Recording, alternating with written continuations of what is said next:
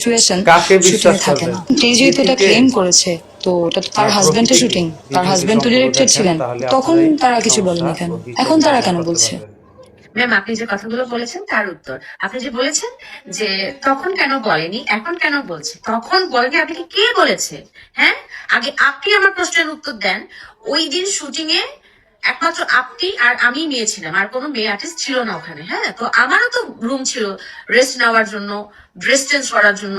তা আপনি আপনার লাগেজ নিয়ে আপনি আমার রুমে উঠলেন না কেন? আপনি আর আলভি এক রুমে উঠলেন কেন? হ্যাঁ, ড্রেস চেঞ্জ করার জন্য, একসাথে খাওয়া দাওয়া, একসাথে ড্রেস চেঞ্জ, একসাথে।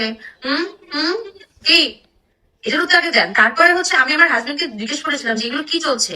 আমি আপনাকে বলিনি, কারণ আপনার সাথে আমার প্রথম শুটিং ছিল ওখানে।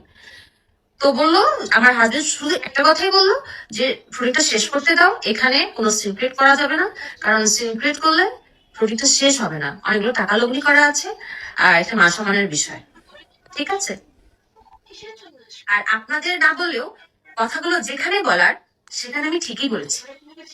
সে কখন স্টেপ নিয়েছে কি নেয়নি সেটা আমি জানি না, কিন্তু আলভি তার বউকে আবারও বলছি, এই কথাগুলো আমি বলেছি, আলভির বউ ইকরাকে আমি বলেছি, কিন্তু এই কথাগুলো জানার পরে আলভি ইকরাকে আমাদের সাথে আর মিশতে দেয়নি। উত্তর পাওয়া গেছে।